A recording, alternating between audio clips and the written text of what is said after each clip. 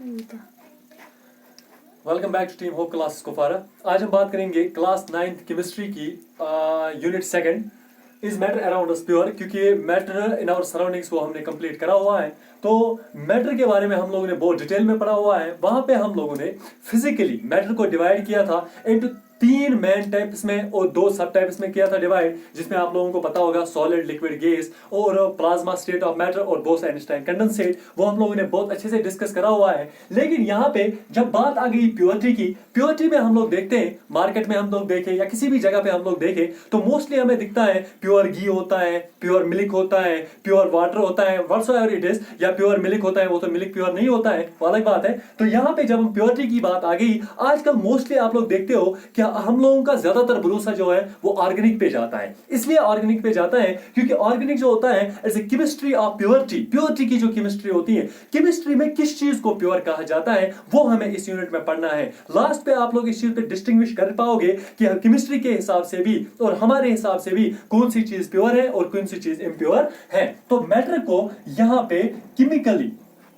Chemically matter को यहां पे डिवाइड किया जाता है on the basis of chemical properties. Matter को डिवाइड किया जाता है 2 चीजों में। One is called as the pure substance, एक को कहा जाता है pure substance, and number second as usual is called as the impure substance कहा जाता है। जब हम बात करते हैं प्योर सबस्टेंस की, हम लोग बोलते हैं प्योर सबस्टेंस वो सबस्टेंस हो गया, प्योर सबस्टेंस दुनिया का कोई भी वो सबस्टेंस है which is formed of only one kind of particles, जिसमें सिर्फ एक kind of particles. Substances formed of only one kind of particles. एक काइंड के पार्टिकल्स जिसमें होंगे, those substances are called as the pure substances. That means हमारे पास अगर कोई भी सबस्टेंस होगा, अगर उसमें एक ही किस्म के हजारों, लाखों, 100, 200, 10, 15, 20 पार्टिकल्स होंगे, समझ लेना वो वाला प्योर सबस्टेंस है। लेकिन जब मैं आप लोगों को एग्जांपल्स दूंगा प्योर सबस्टेंस की, तो आप लोग थोड़े दंग रह जाओगे इस बात से कि माइस्टर ने अभी कहा it is formed of one kind of particles. Example में आप लोगों को मैं कहूंगा आयरन के बारे में बात करूंगा, मैं सल्फर की बात करूंगा, मैं सल्फर की बात करूंगा, मैं कार्बन की बात करूंगा, उसके साथ मैं NaCl की बात करूंगा जिसे आप लोग साल्ट कहते हो, मैं बात करूंगा वाटर की जिसे आप लोग H2O कहते हो। मान लिया माजिद सर आपने जो कहा pure substance is formed of one kind of particles, ये तो समझ में आ गया। ये आयरन है, for example it's a piece of iron. इस आयरन में जितने भी एटम्स पाए जाएंगे, जितने भी पार्टिकल्स पाए जाएंगे, वो सारे के सारे जो होंगे वो सिर्फ आयरन के पार्टिकल्स होंगे, वहां पे कोई और पार्टिकल नहीं होगा। लेकिन सर ये जो है इसमें तो दूर से ही दिखते हैं, Na अलग है, Cl अलग है, वाटर जो है इसमें हाइड्रोजन 2 है और ऑक्सीजन 1 है, यहां पे तो एक सिंगल सबस्टेंस नहीं है। फिर भी आप कैसे बता देते हो that substance is formed of only one kind of particle is called as a pure substance. तो मैं आप लोगों को यहां पे इस चीज का ध्यान दे दूं कि हर कोई दुनिया का जो प्योर सबस्टेंस होता है वो सिर्फ सिंगल सबस्टेंस का नहीं बना होता है, इसमें 2 या 2 से ज्यादा पार्टिकल्स भी पाए जाएंगे, 2 या 2 से ज्यादा पार्टिकल से भी ये सबस्टेंस प्योर सबस्टेंस बन सकती है। लेकिन एक लाहे अमल के तहत एक फिक्स्ड रेशियो में अगर आप लोगों को ये मिलेगा, समझ लेना इट्स ए प्योर सबस्टेंस। इसी बेसिस पे तो इसका मतलब है हम ये भी कह सकते हैं और ये भी कह सकते हैं substances formed of 2 or more different kinds of particles, जिसमें 2 or more different kinds of particles in a fixed ratio, जो फिक्स्ड रेशियो में पाए जाएंगे, समझ लेना that's called as a pure substance also। अब जब डेफिनेशन 2 आ गई, एक डेफिनेशन आ गया only one kind of particle, दूसरा डेफिनेशन आ गई 2 or more different kind of particle in a fixed ratio, तो उसी की बेसिस पे प्योर सबस्टेंसेस को 2 चीजों में डिवाइड किया गया है। The pure substances have been divided into 2। हम लोग इम्प्योर की बाद में बात करेंगे, पहले सिर्फ और सिर्फ प्योर की बात करेंगे। प्योर सबस्टेंसेस जो हो गए, 2 डेफिनेशंस मैंने बताई आप लोगों को, इन्हीं 2 डेफिनेशंस की बेसिस पे प्योर सबस्टेंसेस को एक तो किया गया है डिवाइड एलिमेंट्स में और दूसरा इसको किया गया है divide into that of the compounds.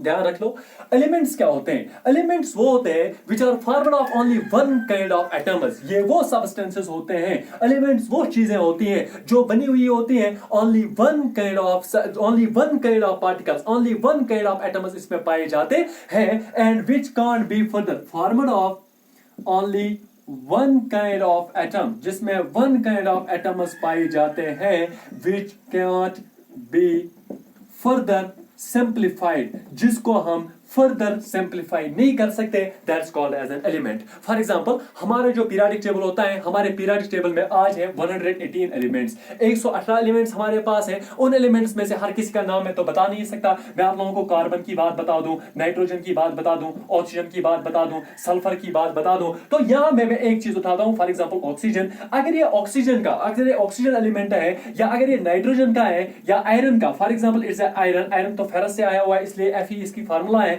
Iron का एलिमेंट है, आयरन के एलिमेंट में 1000 नहीं 100 अगर एटम्स होंगे, if it is formula of 100 atoms, the 100 out of the 100 atoms और द आयरन एटम्स, उसमें और कोई एटम नहीं पाया जाएगा। अगर 99.9 एटम्स इसमें होंगे आयरन के, 0.01 एटम जो होगा वो आयरन का नहीं होगा, ये एलिमेंट नहीं है। क्योंकि एलिमेंट जो होता है it is formula of only one kind of atoms which can't be further simplified. आप आयरन को तोड़ोगे वहां पे आयरन ही निकलेगा, आप एलिमेंट को तोड़ोगे वहां पे एलिमेंट ही निकलेगा, until there becomes an invisible part। एक इनविजिबल पार्ट एक आता है, हमारे लिए तो इनविजिबल है, लेकिन किसी चीज से हम देख सकते हैं उसको, पावरफुल चीजों से देख सकते हैं हम उनको। लेकिन यहां पे जब हम बात करते हैं तो वो होता है एटम, एटम की बात। एलिमेंट जो होते हैं, एलिमेंट्स में सारी की सारी प्रॉपर्टीज होती है। What are the properties of atoms? जैसी एटम की प्रॉपर्टी वैसी एलिमेंट की प्रॉपर्टी। फॉर एग्जांपल अगर एटम में इतनी सकत है, अगर एटम जो होता है ये डोनेट कर लेता है, इट डोनेट्स, तो एलिमेंट बजाते खुद बन गया मेटल। अगर एटम जो है ये एक्सेप्ट कर लेता है तो एलिमेंट खुद से बन गया नॉन मेटल। अगर एटम जो है ये बिल्कुल स्टेबल है, ये ना एक्सेप्ट कर लेता है ना डोनेट कर लेता है, तो ये जो बन गया ये खुद ही बन गया नोबल गैस। इसलिए हमारा जो पीरियोडिक टेबल, ये मान लो अगर आप लोगों का पीरियोडिक टेबल है, आप लोगों के यहां से जो राइट साइड में चीजें आती हैं वो सारी की सारी मेटल्स आती हैं, यहां से जो आती है यहां तक वो सारी की सारी नॉन मेटल्स होती हैं।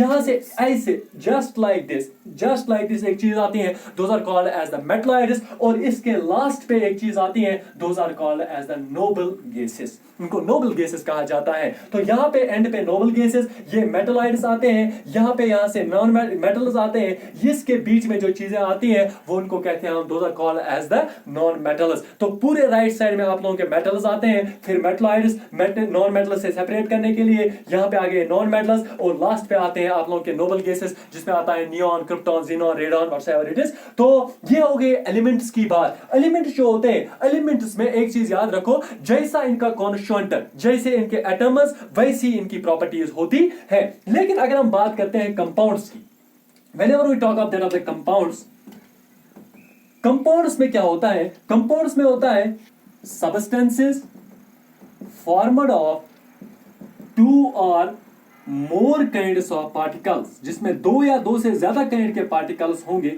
इन ए फिक्स्ड रेशियो। बस ये एक चीज आप लोग याद रखो, एक फिक्स्ड रेशियो में, जिसका जैसा रेशियो फिक्स्ड रेशियो होना चाहिए। फिक्स्ड रेशियो फॉर एग्जांपल एक चीज है, इसमें एग्जांपल आप ले लो NaCl, या ले लो फॉर एग्जांपल H2O। मैं आप लोगों को फिक्स्ड रेशियो बताऊं, फिक्स्ड रेशियो मास का भी हो सकता है, फिक्स्ड रेशियो वॉल्यूम का भी हो सकता है। फिक्स्ड रेशियो फॉर एग्जांपल हम मास की बात करें, हम वॉल्यूम की बात करें। फॉर एग्जांपल मैं आप लोगों को यहां पे दिला दूं, यहां पे वाटर की बात मैं आप लोगों को दिला दूं।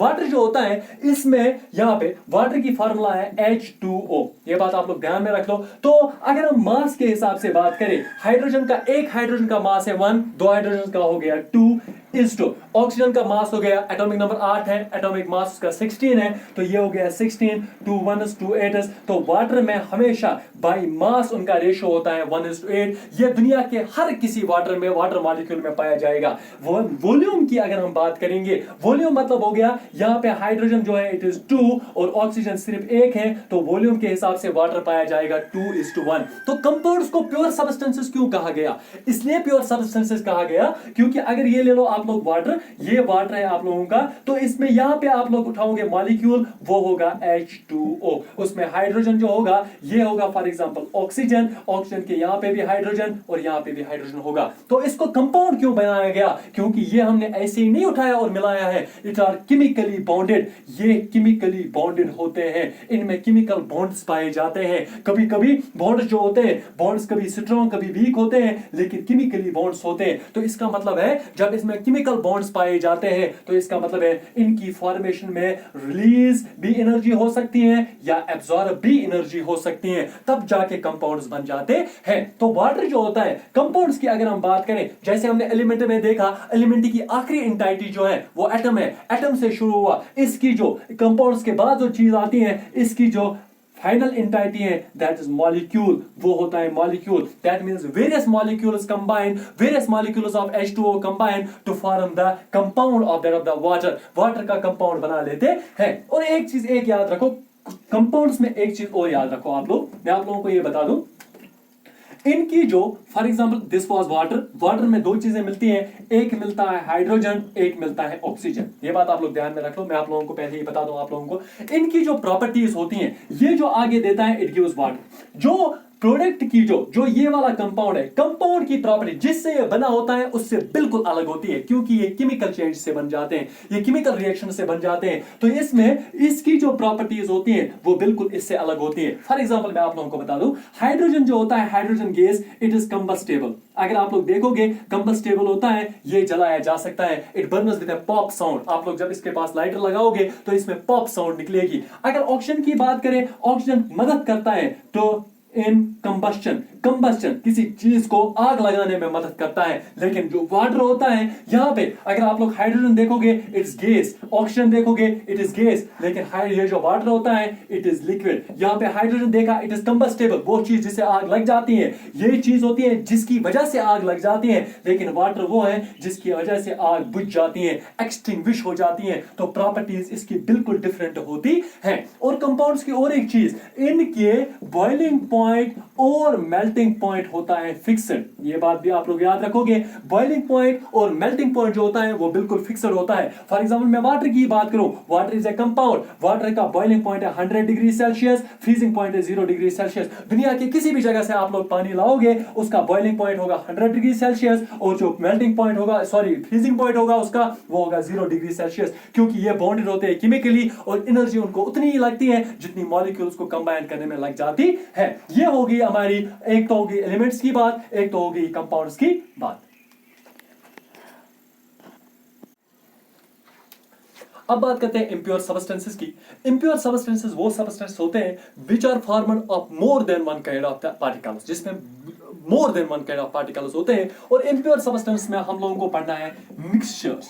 मिक्सचर्स वो चीजें होती हैं, mixtures are the substances which are formed from, mixtures वो चीजें होती हैं which are formed from more than one kind of substances in any ratio, किसी भी रेशियो में पाए जाते हैं। मैं आप लोगों को मिक्सचर्स और कंपाउंड्स के बारे में यहां से मैं लिखूंगा कंपाउंड, यहां से मैं लिखूंगा मिक्सचर, आप लोगों को बिल्कुल अच्छे से समझ में आ जाएगा what the difference between the compound and the mixture. देखो कंपाउंड जो होता है, कंपाउंड भी फॉर्मड ऑफ 2 और मोर काइंड ऑफ पार्टिकल्स, इसमें 2 या 2 से ज्यादा काइंड के पार्टिकल्स पाए जाते हैं इन ए फिक्स्ड रेशियो, एक फिक्स्ड रेशियो में पाए जाते हैं। मिक्सचर जो होता है इसमें भी पाए जाते हैं 2 या 2 से ज्यादा, फॉर्मड ऑफ 2 और मोर सबस्टेंसेस इन एनी रेशियो, किसी भी रेशियो में। इसमें कोई फिक्स्ड रेशियो नहीं होता है, ना वॉल्यूम का, ना मास का,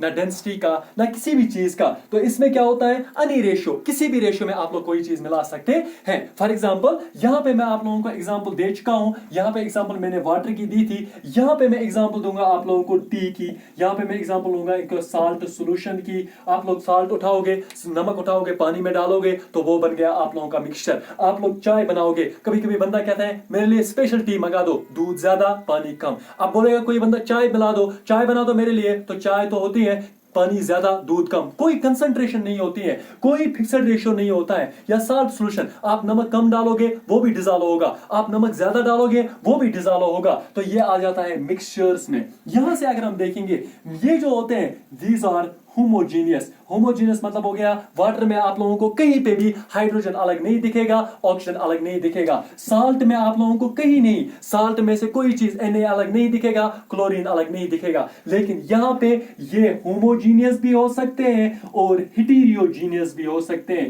होमोजीनियस इसलिए हो सकते हैं, फॉर एग्जांपल हम लोग साल्ट सॉल्यूशन लेते हैं, साल्ट सॉल्यूशन में आप लोग देखोगे कहीं पे भी आप लोग टेस्ट करोगे आप लोगों को पानी नमकीन लगेगा, क्योंकि वो होमोजीनियस होता है। और हेटेरोजीनियस होता है, फॉर एग्जांपल आप लोग आलू भुजिया खा लेते हो या खट्टा मीठा खा लेते हो, उसमें आप लोग कभी कभी कहीं पे भी आप लोग देखते हो काजू है, कहीं पे नहीं है, कहीं पे आप लोग देखते हो दाल है, कहीं पे नहीं है। तो ये सब चीजें जो होती हैं दीज आर हेटेरोजीनियस, कोई कंसंट्रेशन यूनिफॉर्म कंसंट्रेशन नहीं होती है। तीसरी चीज, can't be separated by physical methods but can be separated by chemical methods. ये किसी भी फिजिकल मेथड से सेपरेट नहीं किया जा सकता, लेकिन केमिकल मेथड से सेपरेट कर सकते हैं। For example physical method, water को आप लोग ऐसे नहीं हाथ डालोगे निकालोगे, हाइड्रोजन और ऑक्सीजन अलग नहीं, इसके लिए आप लोगों को केमिकल मेथड लगेगा, इलेक्ट्रोलिसिस लगेगा, जैसे आप लोगों का, या कहीं पे और कोई चीज लगती है सेंट्रीफ्यूगेशन, क्रोमेटोग्राफी, ठीक है। लेकिन यहां पे जो होते हैं कैन बी सेपरेटेड, इनको सेपरेट किया जा सकता है बाय फिजिकल मेथड्स, किसी भी फिजिकल मेथड से। फॉर एग्जांपल आप लोगों के घर में मिक्सचर एक होता है, शक्कर, नमक, ये सब चीजें मिलाई हुई होती है, या कोई चीज फॉर एग्जांपल सैंड जो होती है पानी में या कुछ और, आप लोग पानी को थोड़ी देर रखोगे कहीं पे रेस्ट पे, सैंड नीचे आ जाएगी, पानी को फेंकोगे, या पानी और नमक मिला हुआ है उसको एवापोरेट करोगे पानी को, वहां पे जो नमक रह जाएगा वो नीचे रह जाता है। यहां पे जो फोर्थ वन जो मैंने पढ़ाई थी अभी कंपाउंड्स के बारे में, मैंने आप लोगों को पढ़ाई थी कि कंपाउंड्स जो होते हैं, और एक चीज हम कंपाउंड्स के बारे में बात करें, मिक्सचर्स के बारे में हम लोग और एक बात करेंगे। मिक्सचर्स में कोई भी फिक्स्ड रेशियो नहीं होता है, जैसा रेशियो यहां पे फिक्स्ड रेशियो है, यहां पे फिक्स्ड रेशियो नहीं है। यहां पे आप लोग देखते हो होमोजीनियस है, ये होमोजीनियस भी हो सकता है, हेटेरोजीनियस भी हो सकता है। Can't be separate by physical method, यहां पे फिजिकल मेथड से आप लोग सेपरेट नहीं कर सकते, यहां पे आप लोग फिजिकल मेथड से आराम से सेपरेट कर सकते हैं। तो ये हो गई बात about that of the compounds and that of the mixtures. अब हम मिक्सचर्स में कल इंशाल्लाह हम पढ़ेंगे homogeneous, heterogeneous and various processes, separation techniques हम पढ़ेंगे इंशाल्लाह। सो यहां से यहां तक अगर हम बात करेंगे तो यहां तक आप लोगों को इंशाल्लाह समझ में आया होगा। So thank you for staying connected with us, stay connected with team hope class Kupwara. Thank you.